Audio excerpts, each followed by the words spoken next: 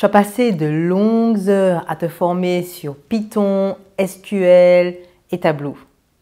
Maintenant, il est temps de trouver ton premier job dans la data. Relax, j'ai pensé à toi et je t'ai préparé une vidéo dans laquelle je te partage 4 étapes afin de décrocher ton premier job dans la data. Salut, je m'appelle Gilda, je suis data analyst freelance après une reconversion et sur cette chaîne, je partage mon parcours, mon expérience ainsi que mes conseils pour débuter dans la data. Sans plus attendre, on démarre avec l'étape numéro 1.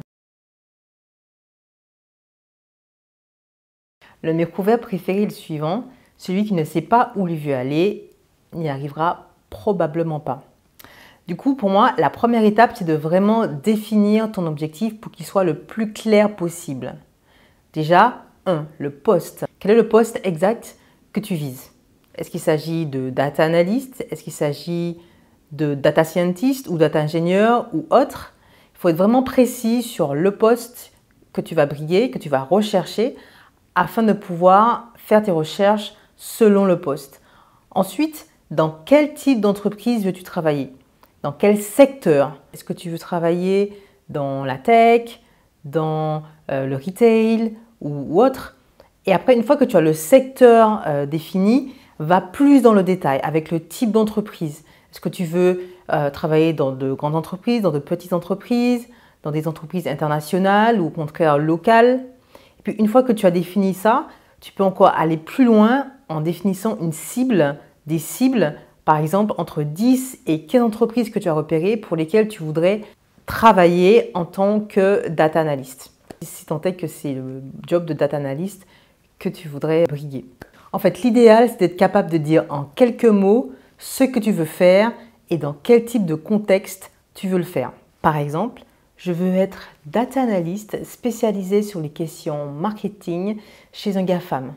Donc du coup, là, tu as tout. Tu as le job, la spécialisation et une liste de 5 entreprises que tu vas viser. Allez, maintenant, step numéro 2. Dans le step numéro 2, l'objectif est vraiment d'entrer dans la tête de ton recruteur. Parce que si tu comprends son besoin, tu pourras plus facilement incarner ce dont il a besoin et du coup être la personne idéale à recruter. Comment faire concrètement? Premièrement, en faisant des recherches internet sur toutes tes cibles. Deuxièmement, en t'abonnant à toutes les actualités de ces cibles sur LinkedIn ou même sur Google. Et enfin, troisièmement, faire du networking en rencontrant des personnes qui ont travaillé dans les secteurs ou les entreprises que tu cibles. L'idée vraiment ici est de maîtriser les enjeux et les problématiques de ces secteurs et entreprises, de voir comment la data y répond déjà et comment elle pourrait y répondre encore mieux dans le futur à travers toi. Si tu apprécies le contenu de cette vidéo, je t'invite à liker, commenter et t'abonner à la chaîne. Ça aidera l'algorithme à proposer cette vidéo à plus de personnes qui sont susceptibles d'en avoir besoin. Et puis honnêtement, ça fait toujours plaisir.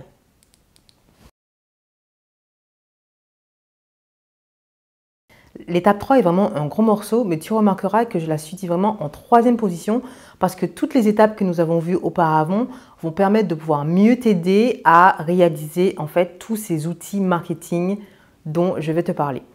Tout d'abord, il y a les outils qu'on connaît tous et qui sont très connus comme le CV et la lettre de motivation.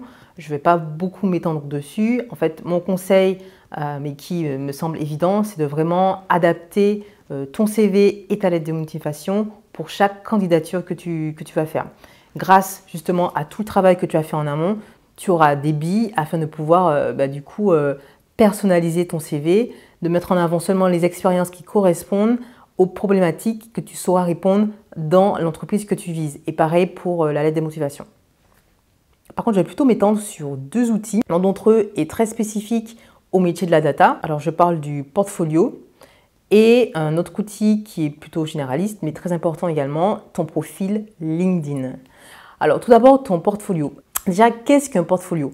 Un portfolio est un recueil de projets sur lesquels tu as travaillé auparavant et qui sert de preuve, en fait, de tes capacités à exercer le métier pour lequel tu postules.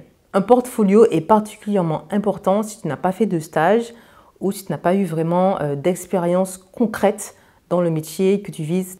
Du coup, tout le travail que tu as fait en amont pour comprendre l'entreprise visée et ses problématiques va te servir à choisir les bons projets qui correspondent aux enjeux de l'entreprise que tu vises. Exemple, si ton objectif est de devenir data scientist chez un retailer B2C, un projet qui, à mon sens, me semble très important, ce serait un projet sur un moteur de recommandation, un recommendation engine, afin de démontrer que tu maîtrises cette compétence. Alors l'idée, c'est de choisir entre 3 et 5 projets, de les développer de A à Z et de les mettre sur une plateforme en ligne, sur GitHub ou sur un site dédié que tu auras créé pour l'occasion. Et bien sûr, en ajoutant un lien sur ton CV et ton profil LinkedIn. Et ça me donne une belle transition pour parler de ton profil LinkedIn. Alors vraiment, LinkedIn, c'est vraiment super important. Je pourrais même faire une vidéo dédiée sur comment utiliser LinkedIn, tellement c'est important et tellement il y a des choses à dire dessus. Là, je vais essayer de te donner les idées clés en fait. Bon, déjà, on va se remettre dans la peau d'un recruteur. Comme on cherche un recruteur lorsqu'il a un poste à pourvoir? Eh bien, tout simplement, il va sur LinkedIn, souvent, il tape dans le moteur de recherche l'intitulé du poste et il regarde les profils de tous ceux qui apparaissent en fait dans le fil de sa recherche. Donc du coup, l'objectif pour toi est de toujours apparaître en premier sur les jobs dans les boîtes que tu vises afin que lorsque le recruteur il fait cette recherche, mais que tu apparaisses en premier. Et donc, comment faire pour apparaître en premier dans les recherches du recruteur? Les choses qui comptent beaucoup sur ton LinkedIn, c'est à quel point ton profil est rempli. Il faut ton titre, ton nom, évidemment, ta photo, quelques expériences, ta bio.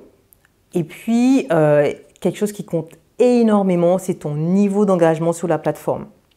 Et par niveau d'engagement, j'entends tes interactions en fait avec les autres professionnels sur la plateforme. L'algorithme va pousser ton profil, déjà si tu interagis avec les publications des personnes de ton cercle, et puis si également tu es toi-même un contributeur sur la plateforme. Donc, quelques règles simples, en fait, liker c'est bien, mais commenter c'est beaucoup mieux. En fait, un commentaire, ça équivaut à un like en fait dans l'algorithme de LinkedIn. Donc, si tu vois une publication qui te plaît, au lieu de liker, simplement tu peux liker et écrire un commentaire. Ça va t'aider à ranker en premier dans les recherches des recruteurs. D'ailleurs, je t'invite à me rejoindre sur LinkedIn. Je publie régulièrement sur tout ce qui est data, analyse de données, carrière, etc. Et en plus, je me suis lancé un challenge de 30 jours, publier un post tous les jours pendant 30 jours. Donc, si tu veux voir ce que ça donne, je t'attends sur LinkedIn. Alors du coup, tu as défini ton objectif. Tu as travaillé sur tes cibles et tes outils marketing sont au top. Maintenant, en fait, il est temps de passer à l'étape du processus de recrutement lorsque les recruteurs t'appellent en vrai. J'ai fait une vidéo plus détaillée sur le processus de recrutement. Je te la mets ici ou là, je ne sais pas encore. Et je rentre vraiment dans les détails de toutes les étapes du processus de recrutement. Ici, ce sur quoi je vais appuyer, c'est vraiment l'étape de l'interview. L'interview est vraiment une étape cruciale puisque c'est là où tu pourras te vendre vraiment en face-to-face auprès du recruteur. Et donc l'idée, c'est vraiment de venir en mode proactif, en mode je viens vous aider à résoudre vos problèmes parce que je sais comment faire, je l'ai déjà fait avant et voici ce que ça peut donner chez vous. Et ça, ce mode proactif, il est vraiment important même si tu n'as pas beaucoup d'expérience dans la data dans le passé. Et c'est là où il faut savoir utiliser tes expériences dans d'autres domaines afin de pouvoir les revendre en fait dans le cadre de ta recherche de poste dans la data. Et donc une chose qu'on oublie souvent, c'est que il faut commencer à être dans ce mode-là dès le premier contact, dès le premier appel de screening RH. Il faut déjà se mettre dans la tête de « Ok, il faut que je me vende et je dois glaner le maximum d'infos nécessaires afin de pouvoir mieux comprendre, encore mieux comprendre ma cible et pouvoir mieux y répondre. Et donc du coup, dès le premier appel, il est important de pouvoir poser des questions, le plus de questions possible, afin de pouvoir mieux appréhender, affiner en fait le besoin vraiment de l'entreprise et du recruteur, afin de pouvoir mieux se vendre après, durant les autres étapes de l'entretien. Voilà, c'est tout pour cette vidéo. J'espère que ça t'a plu et que ça t'a aidé. Si il y a des sujets que tu souhaiterais que je creuse ou que j'aborde en plus dans une autre vidéo, n'hésite pas à me le dire dans les commentaires. Et en attendant la prochaine vidéo, je te dis à très vite. Ciao!